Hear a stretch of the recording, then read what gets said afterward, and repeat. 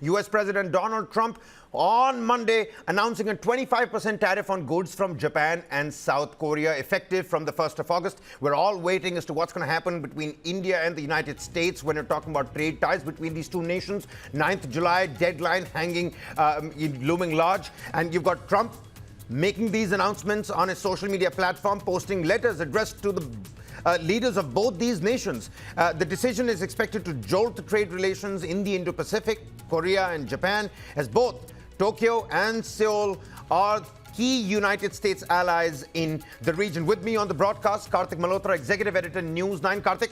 And of course, Ambassador Deepak Vora, who also joins us on the broadcast here. Karthik, help the viewers put these numbers into perspective as well.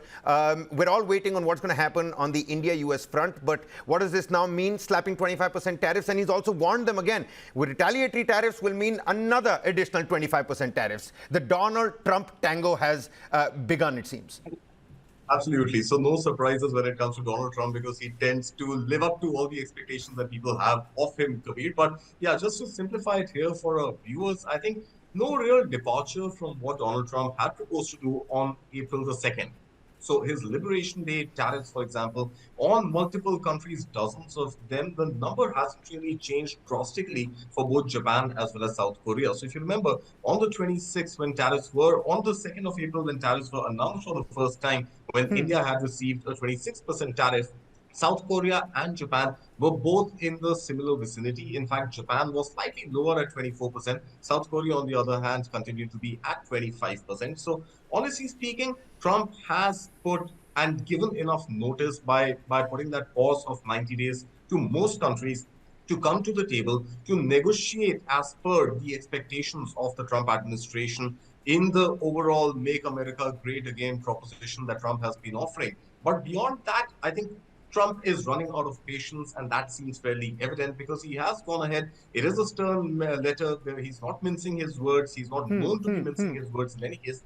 And he's gone ahead and said that come 1st August, you are now slapped with a 25% tariff. And if you try to do what China tried to do initially, by raising tariffs and by calling those reciprocal tariffs, retaliatory tariffs, etc., then it's simple.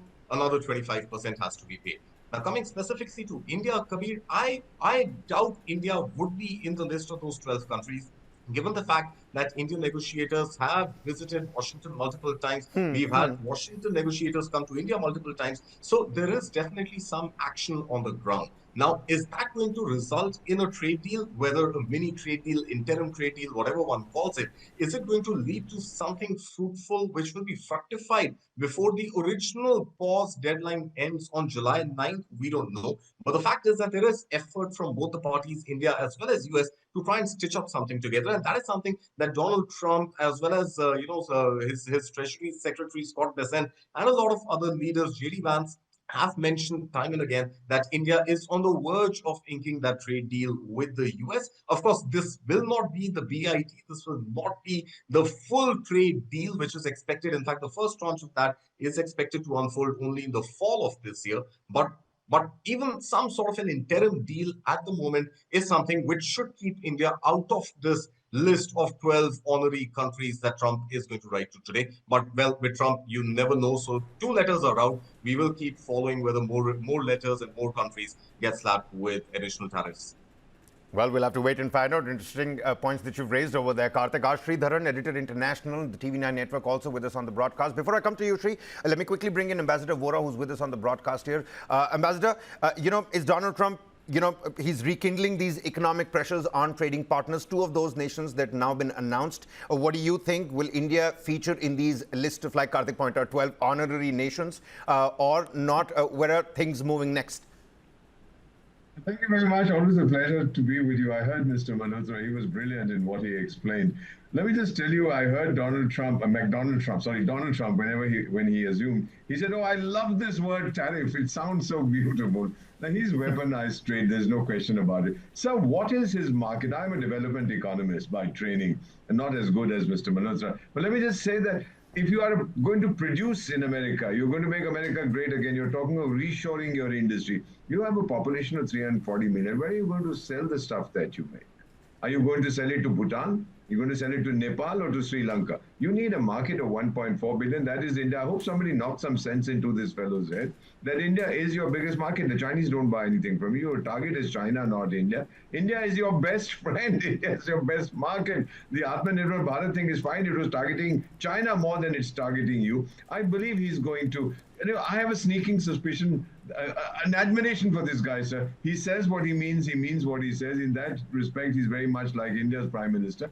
He'll probably find some way, and I think even as you and I are on this show, our people are talking to each other, we'll find some kind of nice language, nice agreement saying that we have decided that this will happen and we will hold it in abeyance till we come to a final deal. When you say fall, that means effectively August or September. So we're not far away. We're already in the middle of July. And I believe that we are going to find some diplomatic language.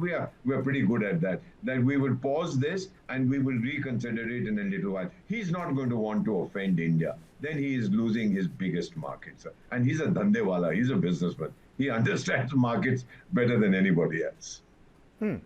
Our Sridharan, editor, International TV9 Network. Sri, help the viewers understand here your opening comments, of course, but President Trump, he's announced these tariffs for South Korea and Japan. And what's important to note here is that the discussions and the negotiations between these two nations and the trips to White House and vice versa to and fro, they were quite slow, of course, due to internal elections that were taking place as well. What does that tell us about, number one, the kind of example that Donald Trump wants to set with these two countries and the other ones that are glued to the television screens right now?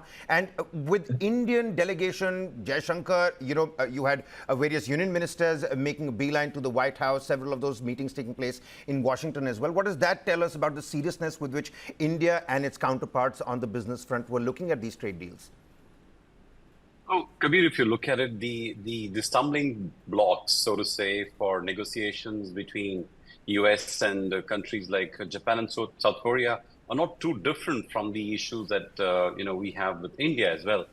Because some of these issues are so fundamental to their economies and the well-being of the people that the governments are balking at agreeing to what Trump wants. For example, in the case of Japan, one of the things President Trump is questioning is why is it that it's so difficult for Americans to sell cars in Japanese market, and it's so easy for you to sell your cars in the American market, right? And then he wants access to the American rice producers in the Japanese market. Now, these are not very easy sectors for any government to open up, especially, if we look at India, our issues with the trade negotiations with the US have been around agriculture, dairy, genetically modified crop, and all these issues. Now, India is a very, special case because we are still, a poor country in many ways. Our per capita income is way below what it should be for a country that's now becoming the fourth largest economy. So I think the government is really concerned about the implications of opening up markets to large American farmers who do mechanized farming. They have, thousands of hectares that they farm versus a subsistence farmer in India or a dairy farmer in India who's probably selling 20 liters of milk every day to make a living. So I don't think it's a fair comparison. And the government of India has really put its foot down and said, this is not something that we can agree to because this fundamentally affects the prosperity or even the subsistence of some of our farmers. So like Karthik and the ambassador also mentioned, in the interim, we might see some sort of a deal where these contentious issues are set aside and we agree on a broader framework where, the tariffs are agreed on till a full-blown agreement is signed. So that's possibly a face saver for both the countries because ultimately, as the ambassador also mentioned, India is a very large market. It's one of the fastest growing economies, 1.4 billion people, a middle class that is growing, consuming. So everything from, let's say, American wines to cheese to everything will need to come here. And as the Indian consumer also becomes more prosperous, they'll want to move to some of these fancier imported items, which we already see that happening in many markets in India.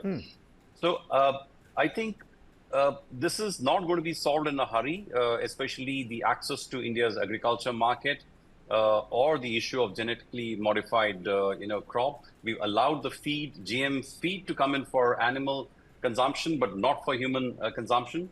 So these are issues that are going to take a little while. But I have faith in both the leaders, especially, Prime Minister Modi and President Trump. They are very, very smart and savvy leaders. I think they know how to do deals.